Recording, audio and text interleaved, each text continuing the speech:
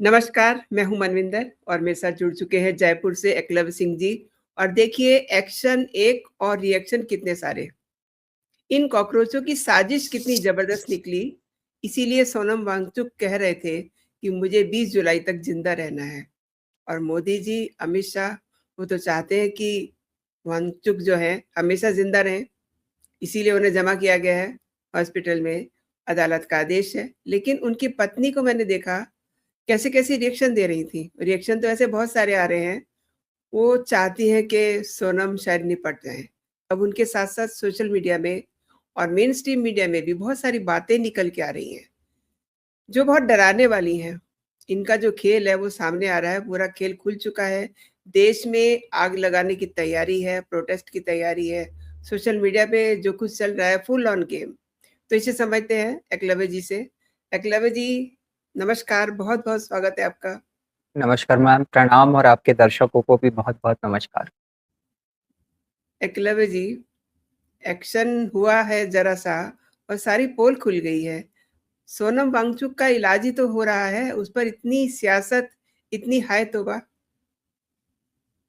Ma'am देखिए, चक्कर क्या है कि सबसे पहले तो समझना पड़ेगा कि ये जो कॉकरोच जनता पार्टी का तिलचट्टों का जो प्रोटेस्ट है, ये जो प्रोटेस्ट है ये नीट के लिए नहीं है, नीट के पेपर लीक के लिए नहीं है। ये प्रोटेस्ट जो था उसका इसे एक बस जिसे कहते हैं कि मुखौटा बनाया गया, परंतु ये जो प्रोटेस्ट है ये देश में अराजकता फैलाने के लिए था। और उसका कारण ये था कि जो आगामी मॉनसून सत्र है संसद का, किसी भी कीमत पर उसको रोकना है, उसको भंग करना है, और उसका बहुत बड़ा कारण है।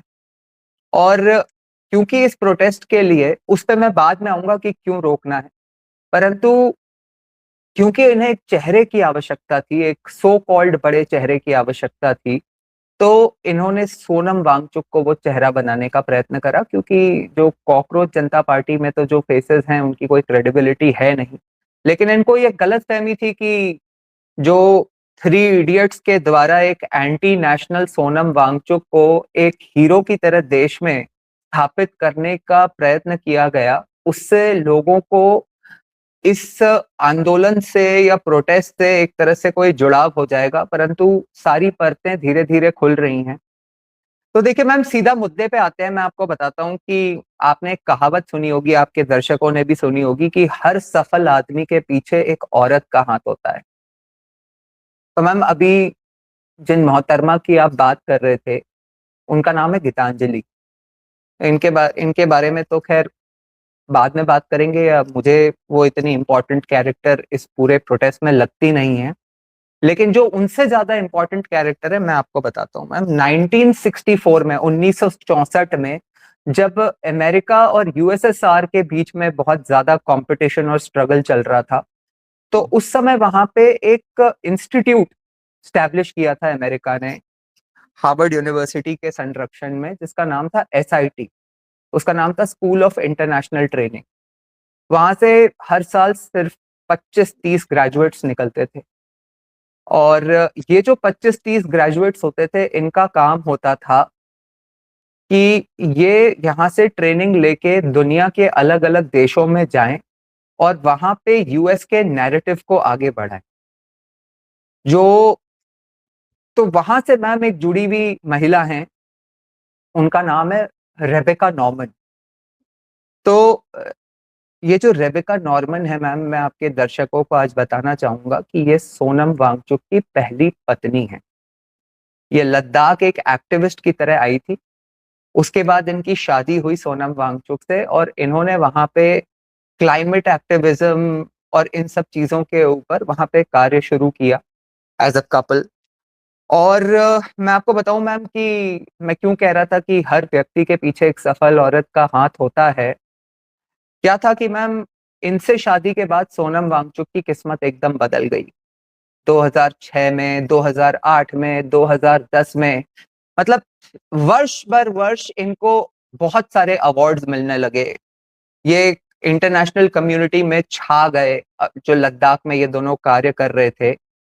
अब ये जो मैम सारे अवार्ड्स इन्हें दिए जा रहे थे, ये बहुत इंटरेस्टिंग है। आपके दर्शक थोड़ा सा भी रिसर्च करेंगे तो ये अवार्ड्स इन्हें मिल रहे थे मोस्टली फोर्ड फाउंडेशन और रॉकफेलर ग्रुप के थ्रू, उन्हीं के स्पॉन्सर्ड अवार्ड्स थे ये। अब इन रॉकफेलर ग्रुप और जो फोर्ड फाउंडेशन है और इनके थ्रू जो जो अवार्ड्स दिए जाते हैं, उसमें सबसे बड़ा फंडिंग का कंट्रीब्यूशन किसका होता है मैम? ये तो मुझे लगता है अभी तक आपके जो दर्शक होंगे उनको पता ही होगा कि जॉर्ज सोरोस की जो ओपन सोसाइटी फाउंडेशन है, वही इसकी सबसे बड़ी फंडिंग, जिसे कहते हैं कि एक तरह से एजेंसी कह लीजिए, या जो मतलब उसका सोर्स ऑफ फंडिंग है वो यही है। तो ये कुल मिला के मैम सच्चाई है सोनम वांगचुक और उनकी पूर्व पत्नी रेबेका नॉर्मन की। इन्होंने मैम, इनको बस एक एंटी नेशनल व्यक्ति को इस्टेब्लिश करना था यहाँ पे, ताकि जब ऐसी कोई समस्या वाली कोई बहुत बड़ी इशू आ जाए इन लोगों के लिए इस देश में, तो ये इनके नाम को यूज करके देश में एक ऐसा माहौल बना सके ताकि यहाँ पे एक अराजकता का माहौल बने। तो ये तो मैम सोनम वांगचुक के बारे में कई और बातें हैं, वो बाद में और कर लेंगे। लेकिन क्योंकि अभी ये क्यों किया जा रहा है ये समझाना जरूरी है, तो मैं पहले सीधा उस मुद्दे पे आता हूँ कि ये अराजकता का माहौल बनाना क्यों अभी, मतलब इतनी इसकी अर्जेंसी है। आपने देखा होगा कि जो माननीय विपक्ष के नेता हैं राहुल गांधी जी, वो 20 दिन तक गायब रहे। इससे पहले कभी उन्होंने ऐसा नहीं करा कि 20 दिन के लिए वो गायब रहे और किसी को नहीं पता हो कि वो कहाँ थे, किस काम के लिए थे। और वो भी एक ऐसी स्थिति, पहले तो वो एक इंडिविजुअल नेता या एमपी थे, अब तो वो देश के विपक्ष के नेता हैं। और देश के विपक्ष का नेता 20 दिन से कहाँ है किसी को नहीं पता हो। और उन्होंने इसी नीट के एग्जाम के लिए प्रयागराज में और अलग अलग जगहों पे, शायद लखनऊ में उनका प्रोग्राम था, एक पटना में था, और देहरादून उन में था। देहरादून में तो उनने कल किया मैम, लेकिन उससे पहले इनका 11 जुलाई और 12 जुलाई को प्रयागराज और पटना में एक प्रोग्राम प्लान था जिसके लिए वो आए ही नहीं। तो ऐसा क्या अर्जेंट था कि जिस प्रोग्राम को आपने खुद अनाउंस करा उसके लिए भी आप नहीं आए? ऐसी क्या अर्जेंसी थी, इस बात को समझना पड़ेगा मैम। तो देखिए मैम, इसका कारण यह है कि जो आगामी मॉनसून सत्र है उसमें एक बड़ी संभावना बन रही है कि भाजपा जो है डीलिमिटेशन, यानी कि परिसीमन का जो बिल है महिला आरक्षण के साथ में, वो दोबारा से रीइंट्रोड्यूस करने वाली है। आपको ध्यान होगा एक बार आपके शो पे मैंने पहले भी कहा था कि आज ये बिल गिर गया है, लेकिन आने वाले सत्रों में कभी ना कभी भाजपा इसको वापस लेके आएगी। और मैम इसका देखिए इम्प्लीकेशन मैं समझाता हूं कि इसकी वजह से इतनी परेशानी है क्यों आखिर। परेशानी ये है मैम कि जब ये बिल पास हो जाएगा तो उसके बाद 25, 30, 35 वर्ष तक इस देश में कभी भी कांग्रेस की सरकार नहीं बनने वाली। उसका कारण मैं समझाता हूं मैम। मैम देखिए 1976 में एक डीलिमिटेशन में सीट्स को बढ़ाने में एक फ्रीज लगा दिया गया था। जब 25 वर्ष पूरे हुए तो 2001 में जब अटल जी की सरकार थी, इस पे चर्चा हुई और सारे डिस्कशन के बाद ये तय किया गया कि 25 वर्ष और के लिए इसको एक्सटेंड कर दिया जाए। तो 2026 तक तो पहली बात यह है कि ये फ्रीज लगा हुआ है, अभी ये फ्रीज हटेगा जाके।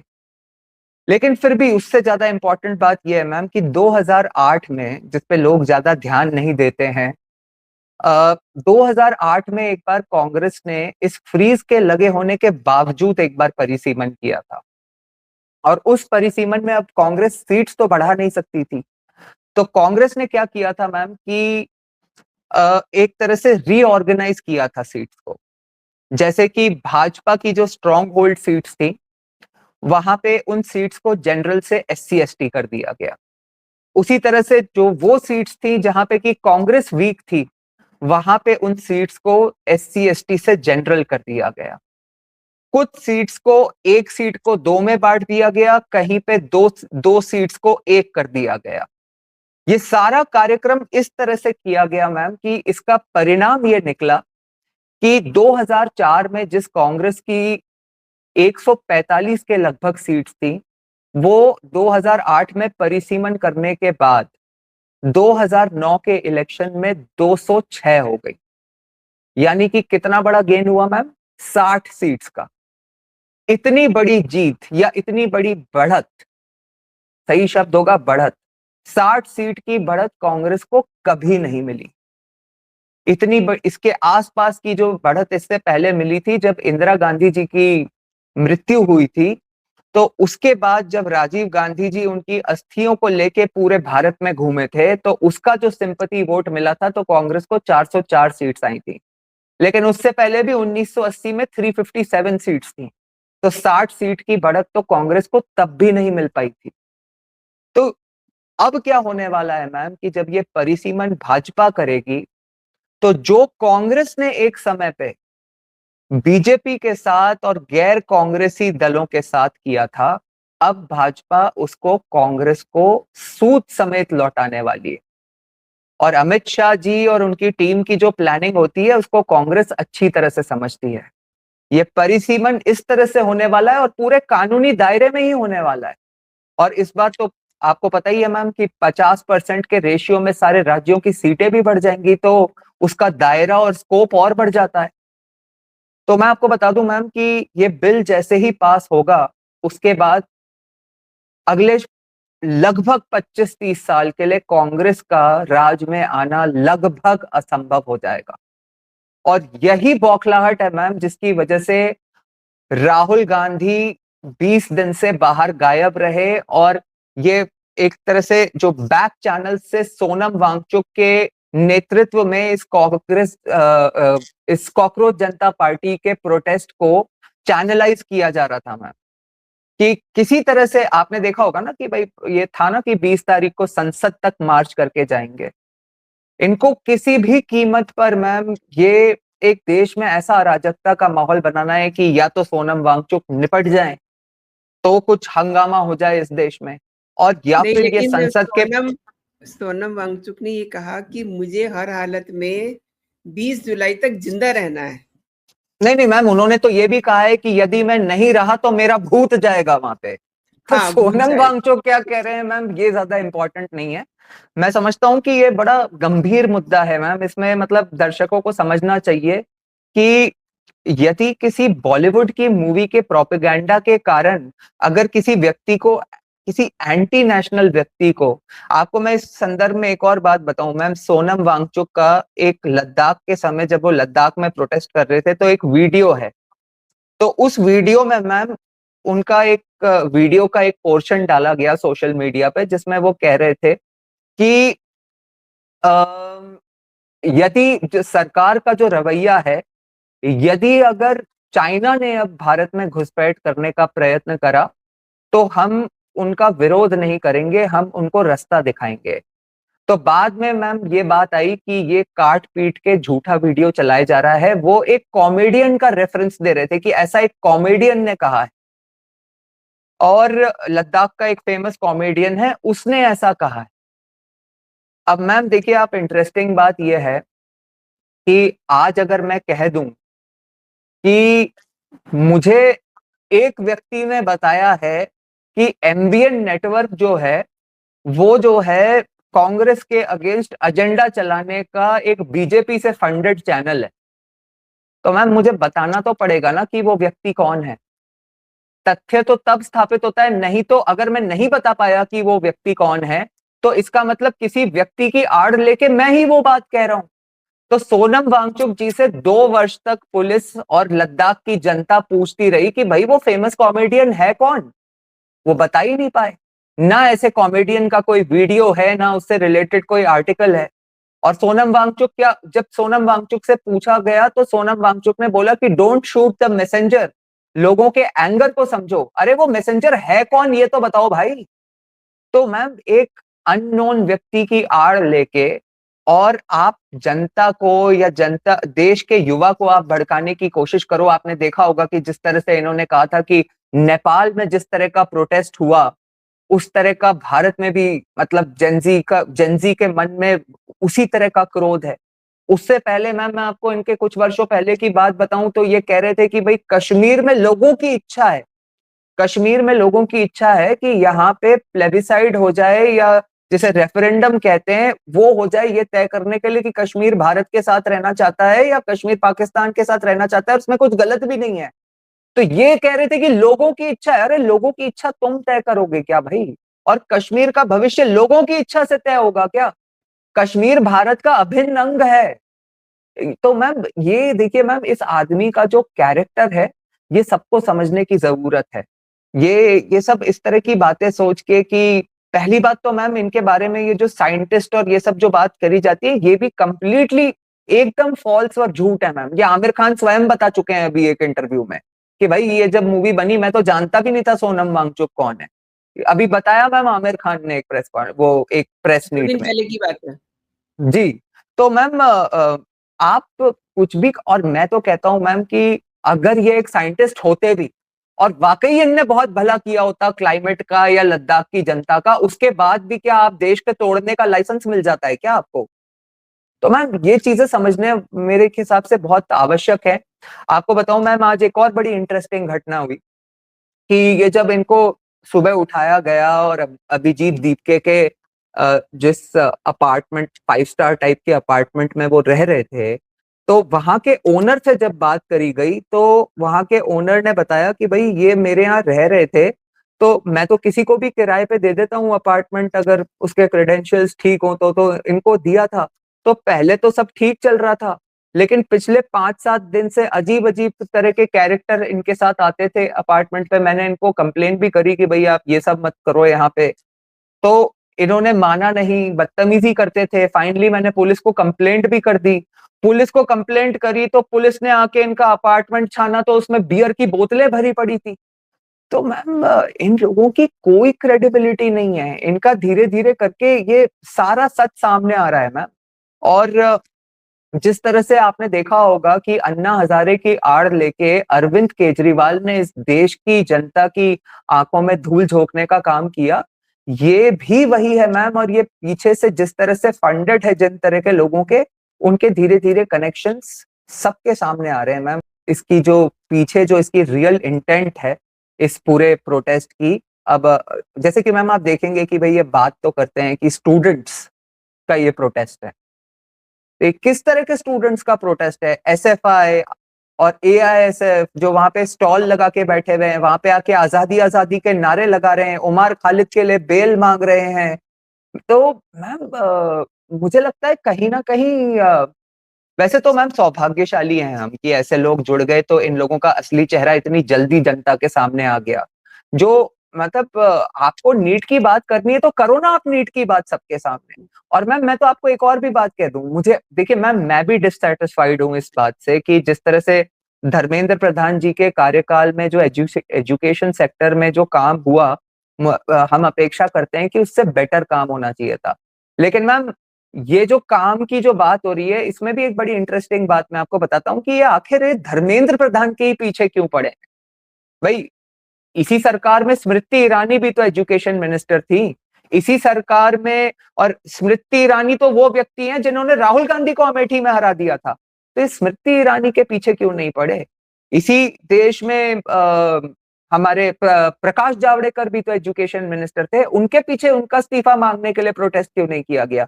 धर्मेंद्र प्रधान के पीछे इसलिए पड़े हैं मैम कि जो असली रीजन है वो नीट नहीं है। एक मोदी जी से मैम जो बहुत सारे देशवासियों को उनकी मतलब ये जो 10-12 वर्ष का कार्यकाल है उसमें एक जो बड़ा डिसअपॉइंटमेंट रहता था ना मैम, वो ये रहता था कि भाई 10-11 साल हो गए, एनईपी आ गई है, अब मतलब कब तक ये हमारी एनसीईआरटी की किताबों में जो है मुगलों का गुणगान ही चलते रहेगा? एक चैप्टर हमें छत्रपति शिवाजी महाराज पे नहीं दिखाई देता, एक चैप्टर हमें अहिल्याबाई होलकर में दिखाई नहीं देता।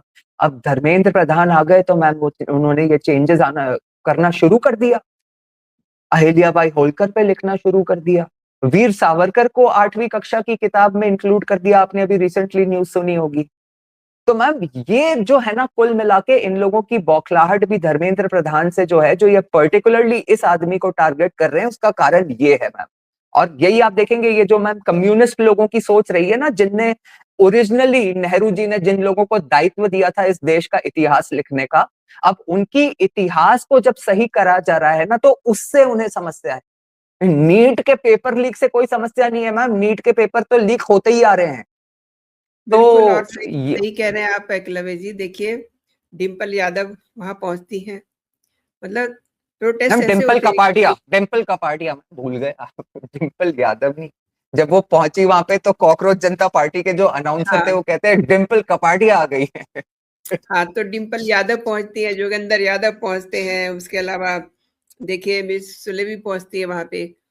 उसके बाद केजरीवाल तो पहुंच ही गए। उन्हें तो लग रहा था कि मैं अगर पहले चला गया तो मेरा भंडा फूट जाएगा। वो भी पहुंच गए और उनकी पूरी टीम तो पहले ही धीरे धीरे आ ही रही थी। आतिशी मार्लेना और तमाम उनकी टीम के लोग सब आ रहे थे। अब ये वो लोग हैं, मतलब कहना चाहिए कि बुझे हुए कारतूस, जो सोच रहे हैं कि शायद से हमें भी कोई स्पेस मिल जाए। कैसे देखते हैं? देखिए मैम, ऐसा है कि एक बहुत पुरानी कहावत है कि जहां लग गया टेंट वहां नेताजी प्रेजेंट। तो आपने ध्यान दिया होगा मैम कि योगेंद्र यादव जी, जिनका नाम अन्ना हजारे के आंदोलन तक तो लोग योगेंद्र यादव ही समझते थे, परंतु अब पता है कि उनका सही नाम सलीम है। तो उनकी क्रेडिबिलिटी उनके नाम के जितनी ही है मैम।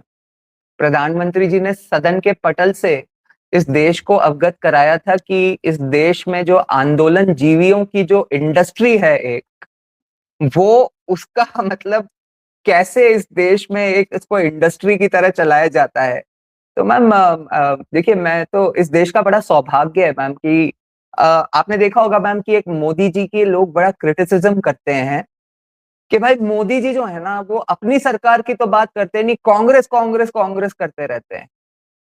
मैम वो इसीलिए करते हैं, अन्ना हजारे के टाइम में लोगों को इन लोगों के कैरेक्टर के बारे में नहीं पता था। यही तो लोग थे ना मैम, प्रशांत भूषण, योगेंद्र यादव, यही सब तो कैरेक्टर्स वहां पे आके खड़े हो रहे थे इस मंचों पे, अरविंद केजरीवाल वगैरह।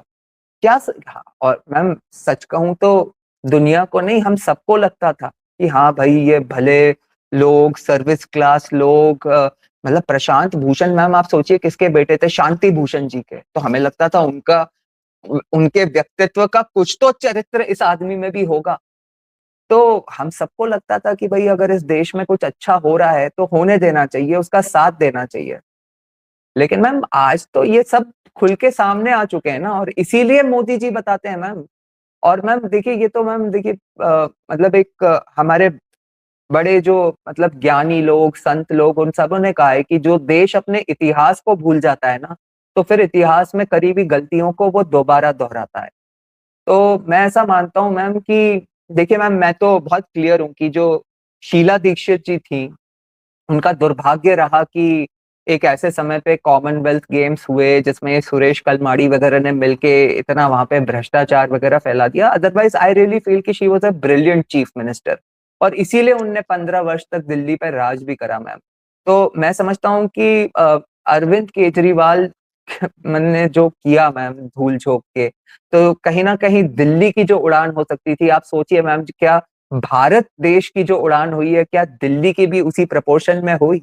वो 10-12 साल की जो मैम अरविंद केजरीवाल का ये जो राज रहा ना, ये बड़ा दुर्भाग्य था कि हमारी कैपिटल सिटी को वो गवर्नेंस नहीं मिला कि जो वो डिजर्व करता था। तो मेरे लिए तो एनी डे मैम की Congress would have been a better choice than people like Arvind Kejriwal. और चलिए, अब भाजपा की सरकार बनी है तो उम्मीद करते हैं कि भाई सेंटर का भी सपोर्ट है, तो अब दिल्ली को हमें दिख भी रहा है। आपने सही कहा। और न्याय की बात की आपने, तो आज मंच पर, भरे मंच पर अभिजीत दीपिका के साथ भी एक अच्छा न्याय हो गया।